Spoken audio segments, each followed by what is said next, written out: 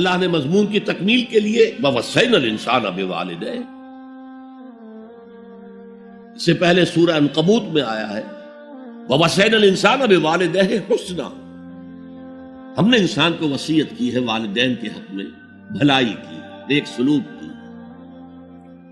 اچھا، والدین میں سے والدہ کا معاملہ والد کے مقابلے میں بہت بڑھ کر، والد تو آپ کو معلوم ہے جو بھی ایک تعلق ہوا بیوی سے، اس کے بعد کا جو سارا معاملہ ہے وہ تو ماں کے پیٹ میں، ماں کا خون چوس کر وہ بچہ پل رہا ہے۔ حملتہ امہ وہنا علی وہن، اسے اٹھائے رکھا اس کی ماں نے کمزوری پر کمزوری جھیل کر، وفصالہ فی عامین، پھر 2 سال تک جوک کی طرح چمٹا رہا ہے اور اس کا دودھ پیتا رہا ہے، اس کی توانائی سٹ کرتا رہا۔ لہذا والدہ کا حق والد کے مقابلے میں ایک حدیث نبوی کی روح سے 3 گنا ہے۔ یہ بہت اہم نقطہ ہے۔ یہ ایک حدیث میں آتا ہے کہ ایک صحابی نے حضور سے پوچھا، حضور میرے حسن سلوک کا اولین مستحق کون ہے؟ فرمایا تیری ماں۔ کہا ان کے بعد؟ فرمایا تیری ماں۔ تیسری مرتبہ پوچھا ان کے بعد؟ تیری ماں۔ چوتھی مرتبہ پوچھا تو کہا تیرا باپ۔ گویا کہ والدہ کا حق، اس کی خدمت، اس کے ساتھ نرمی، کہیں اس کے دل کو ٹھیس نہ پہنچا دینا، اس لیے کہ بڑا سخت قسم کا نفسیاتی معاملہ ہوتا ہے۔ آپ کو معلوم ہے جب بچے تھے ہم تو اپنے والدین کی محبت کا مرکز تھے، ان کی ساری محبت ہم پر مرکوز تھی، ہم بھی ان کی شفقت کو مانتے تھے، محبت کرتے تھے۔ ہماری شادی ہو گئی، اولاد ہو گئی تو ہمارا ایک نیا مرکز محبت وجود میں آ گیا، بیوی سے محبت ہے، اولاد سے محبت ہے۔ اب بوڑھے والدین کے اندر پیاس پیدا ہوئی محبت، یہی ہمارے ہاں ساس بہو کا جھگڑا جو ہے اس کی اصل بنیاد نفسیاتی ہے کہ ان کے دلوں میں پیاس ہوتی ہے۔ اب اگر ان کی دلجوئی کی جائے، ان کو وقت دیا جائے، ان کے پاس بیٹھا جائے، ان کی باتیں سنی جائیں، تب تو ان کو کچھ نہ کچھ جو ہے تسکین ہوتی ہے، ورنہ ایک بڑا احساس محرومی شدید پیدا ہو جاتا ہے واقعی۔ یہی وجہ ہے کہ صرف 2 چیزیں ہیں جن کا محض دیکھنا تعظیم اور محبت کے ساتھ موجب ثواب ہے، عبادت ہے۔ خانہ کعبہ کو محض دیکھنا عبادت ہے، بیٹھ کر تعظیماً دیکھتے رہو، طواف بھی نہیں کر رہے، دیکھنا عبادت۔ اور بوڑھے والدین کو محبت بھری نگاہ سے دیکھنا عبادت ہے۔ اب یہاں دیکھیے اللہ تعالیٰ کو، جیسے کہ کسی جگہ پر فرمایا کہ ان اللہ لا یستحی من الحق، سورہ احزاب میں ہے کہ تمہارا طرز عمل نبی کے لیے تکلیف دہ تھا، لیکن نبی حیا کی وجہ سے تم سے کچھ کہہ نہیں سکتے۔ تو اللہ کو تو کوئی حیا جو ہے کسی حقیقت کو روک لینے پر آمادہ نہیں کر سکتی۔ تو یہاں اللہ صاف فرما رہا اشکر لی ولوالدیک، پہلا شکر میرا ہے، خالق میں ہوں، والدین کے دل میں شفقت میں نے ڈالی ہے، مقدم شکر میرا ہوگا۔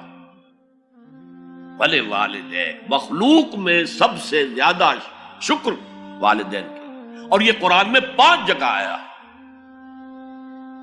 وَقَضَىٰ رَبُّكَ أَلَّا تَعْبُدُوا إِلَّا إِيَّاهُ وَبِالْوَالِدَيْنِ إِحْسَانًا، سورہ بنی اسرائیل، سورہ بقرہ میں ہے، سورہ نساء میں ہے۔ ان اشکر لی ولوالدیک الی المصیر، لوٹنا تو میری طرف ہے، میں حساب لے لوں گا کہ تم نے میرا بھی شکر ادا کیا تھا یا نہیں، اور اپنے والدین کا بھی شکر ادا کیا تھا یا نہیں۔ اب دیکھیے 2 چیزیں آئیں، ایک شکر اللہ کا اور اس کا تقاضا شرک نہ ہو، ایک شکر والدین کا۔ اگر یہ دونوں چیزیں ٹکرا جائیں، کس قدر منطقی ربط ہے قرآن مجید کی آیات میں۔ والدین حکم دے رہے ہیں شرک کرو، کیا کریں؟ آپ کے علم میں ہوگا حضرت سعد ابن ابی وقاص رضی اللہ تعالی عنہ عشرہ مبشرہ میں نوجوان تھے، ایز اے ٹین ایجر ایمان لائے ہیں حضور۔ باپ کو فوت ہوئے عرصہ ہو گیا تھا، ماں نے بڑی محبت سے، مال بہت چھوڑ گیا تھا باپ، ناز و نام میں پالا۔ اب سعد ایمان لے آئے حضور پر۔ والدہ نے کہا تم نے اپنے باپ کے دین کو چھوڑ دیا، میں جان دے دوں گی اگر تم اس سے واپس نہ آئے، اور اپنے مشرکانہ عقائد کو تم نے دوبارہ اختیار نہ کیا، مرن برت رکھ لیا۔ اب کیا بیت رہی ہوگی، کس قدر سلیم الفطرت نوجوان تھا سعد، جو نوجوانی میں حضور پر ایمان لایا۔ لیکن فطرت کے اندر جو چیز مثبت تھی، والدین کا ادب، اللہ جسے اپنی طرف منسوب کر رہا ہے وہ فطرت ہے۔ اب یہ ٹکرا رہے ہیں، کیا کریں؟ آیت نازل ہوئی، اور یہ آیت سورہ عنکبوت میں بھی ہے، جیسا کہ میں نے بیان کیا کہ نہیں، یہاں اگر وہ تمہیں مجبور کریں، جاہداکا کا لفظ بھی یہاں پہ نوٹ کیجئے، اگر تم سے جہاد کریں، یہ جہاد صرف مسلمان نہیں کرتا، جہاد تو کافر بھی کرتا ہے، مشرک بھی کرتا ہے، لیکن جہاد ہے، مجبور کر رہے ہیں، پریس کر رہے ہیں کہ اپنے آبائی دین میں واپس آ جائے۔ مصعب بن عمیر کو برہنہ مادرزاد کر کے چچا نے نکال دیا، نہایت ناز و نام میں پلا ہوا ایک نوجوان۔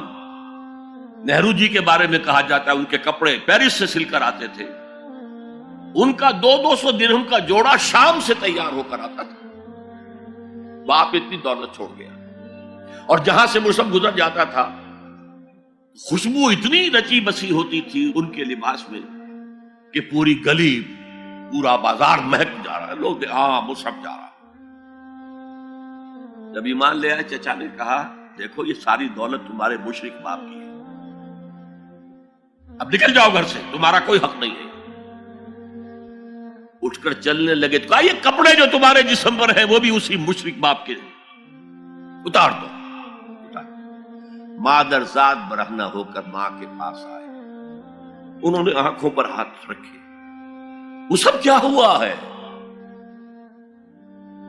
کہا ماں میں موحد ہو گیا، یہ ہے توحید۔ موحد اپنے آپ کو سمجھنا کچھ اور ہے، زندہ قوت تھی زمانے میں یہ توحید کبھی، اور اب کیا ہے؟ فقط ایک مسئلہ ہے علم کلام۔ وَإِن جَاهَدَاكَ عَلَىٰ أَن تُشْرِكَ بِي مَا لَيْسَ لَكَ بِهِ عِلْمٌ فَلَا تُطِعْهُمَا۔ اچھا، یہ دو انداز آتے ہیں شرک کے بارے میں، مَا لَيْسَ لَكَ بِهِ علم، تمہارے پاس کوئی علم نہیں ہے ان ہستیوں کے بارے میں جن کے بارے میں کہا جاتا ہے کہ وہ خدا کی شریک ہے۔ عقل جو ہے یہ عقل انسانی تسلیم نہیں کرتی کہ ایک ہی ارادہ ہے، ایک ہی اسکیم ہے، ایک ہی حکمت ہے، ایک ہی پلان ہے جو پوری کائنات کو اپنے احاطے میں لیے ہوئے۔ یا کہا جاتا ہے ما لم ينزل به سلطانا، کسی ایسی ہستی کو شریک نہ کرو جس کے لیے اللہ نے کوئی سند نہیں اتاری۔ اللہ اگر کہتا میرے ساتھ یہ بھی شریک ہے تو ٹھیک ہے، ہم اللہ کو سجدہ کرتے ہیں، اس کو بھی کر دیتے ہیں۔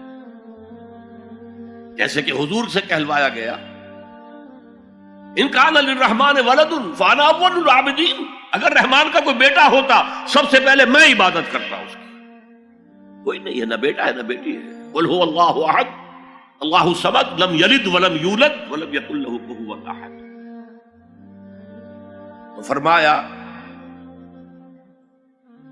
وَإِن جَاهَدَاكَ عَلَىٰ أَن تُشْرِكَ بِي مَا لَيْسَ لَكَ بِهِ عِلْمٌ فَلَا تُطِعْهُمَا۔ لیکن یہی توازن دیکھیے، یہ صرف اللہ کے کلام میں ہو سکتا ہے، یہ نہیں کہ پھر ان کو دفاع کرو، ان سے کوئی تعلق نہ رکھو، نہیں۔ صاحبهما فی الدنیا معروفا، ان کا کہنا تو مت مانو اس معاملے میں، اللہ کا حق احق ہے، بالا تر ہے، لیکن ان کے ساتھ دنیا میں رہو معروف طریقے سے، ان کے حقوق ادا کرو، چاہے مشرک ہے والدین، چاہے کافر ہے والدین، ان کی خدمت تمہارے ذمے ہے، ان کی ضروریات پورا کرنا تمہارے ذمے ہے اپنے مقدرت کے مطابق۔ صاحبہما فی الدنیا معروفا، اور واتبع سبیل من اناب الی، پیروی والدین کی ضروری نہیں ہے، اطاعت والدین کی لازمی نہیں ہے۔ لا طاعت لمخلوق فی معصیت الخالق، کسی مخلوق کی اطاعت نہیں کی جا سکتی اگر اس سے خالق کی معصیت لازم آ رہی، تو والدین کے لیے بھی ہے۔ اطاعت مطلق نہیں ہے، پیروی ان کی ضروری نہیں ہے، پیروی اس کی کرو جس نے اپنا رخ میری طرف کر لیا۔ ابھی اللہ کا کلام چل رہا ہے، درمیان میں جو آیا، اتباع اس کی، دیکھو کون ہے جس نے اپنا رخ میری طرف کر لیا ہے، پیروی اس کی کرو، والدین کی نہیں۔ اسی لیے سورہ بقرہ کے تیسرے رکوع کی پہلی آیت جہاں حضور کی دعوت کا بیان ہے، وہ کیا ہے؟ یا ایھا الناس اعبدوا ربکم الذی خلقکم والذین من قبلکم لعلکم تتقون۔ اے لوگو، عبادت کرو، بندگی اختیار کرو، پرستش کرو اپنے اس رب کی جس نے تمہیں پیدا کیا، تم سے پہلوں کو بھی پیدا کیا۔ تمہارے آباء و اجداد بھی تو اسی کی مخلوق تھے، جیسے تم سے خطا ہو سکتی ان سے بھی ہو سکتی تھی، لہذا یہ دلیل نہیں۔ وہ کہتے تھے ما وجدنا علیہ آباءنا، ہم تو اسی کی پیروی کریں گا جس میں ہم نے اپنے آباء و اجداد کو پایا ہے۔ تو آباء و اجداد کی پیروی ضروری نہیں ہے۔ واتبع سبیل من اناب الی ثم الی مرجعکم، پھر میری ہی طرف تم سب کو لوٹنا ہے۔ فانبئکم بما کنتم تعملون، پھر میں گنتی کر کر کے نبا، تنبیہ، پوری طرح بتا دینا، آگاہ کر دینا۔ ایک تنبیہ ہے، وارن کرنا، ایک تنبیہ ہے، یہ ہے خبر دے دینا پوری طریقے سے، وضاحت کے ساتھ، نبا سے ہے۔ فَأُنَبِّئُكُم بِمَا كُنتُمْ تَعْمَلُونَ۔ ستا اٹھ کے کوئی نہیں خوش ہوتا،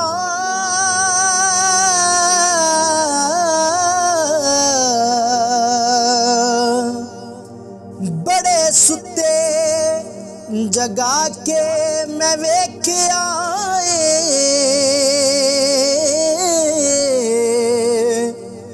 کتے جیا نہیں کوئی وفادار ڈٹھا،